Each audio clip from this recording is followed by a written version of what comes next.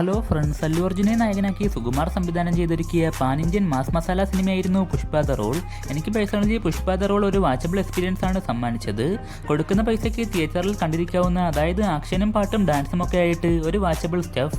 First പാർട്ടിനോട് നീതി പുലർത്താൻ സിനിമയുടെ തിരക്കഥയ്ക്കോ കഥാപാത്രങ്ങൾക്കോ സാധിച്ചില്ലെങ്കിലും മല്ലുവിൻ്റെ പുഷ്പ എന്ന ക്യാരക്ടറിനെ മാത്രം സുകുമാർ നീറ്റായി തന്നെ പ്രസൻറ്റ് ചെയ്തിട്ടുണ്ട്. ഫസ്റ്റ് പാർട്ടിലെ പോലെ എടുത്തു പറയാൻ പുഷ്പ 2-ൽ വില്ലന്മാരില്ലാത്തതും ഫഹദ് ഫാസിലിൻ്റെ ബെൻവാർ സിംഗ് ഷേഖാവത്ത് എന്ന ക്യാരക്ടറിനെ കൊളമാക്കിയതും ഇമോഷൻസൊക്കെ കോമഡിയാക്കി മാറ്റിയതും ഒഴിച്ചു നിർത്തിയാൽ ഒരു അല്ലു അർജുൻ ഷോ എന്ന നിലയിലും സുകുമാറിൻ്റെ മേക്കിംഗ് കൊണ്ടും തിയേറ്റർ എക്സ്പീരിയൻസ് ഡിമാൻഡ് ചെയ്യുന്ന ഒരു സിനിമയായിട്ട് പുഷ്പ 2 മാറുന്നുണ്ട്.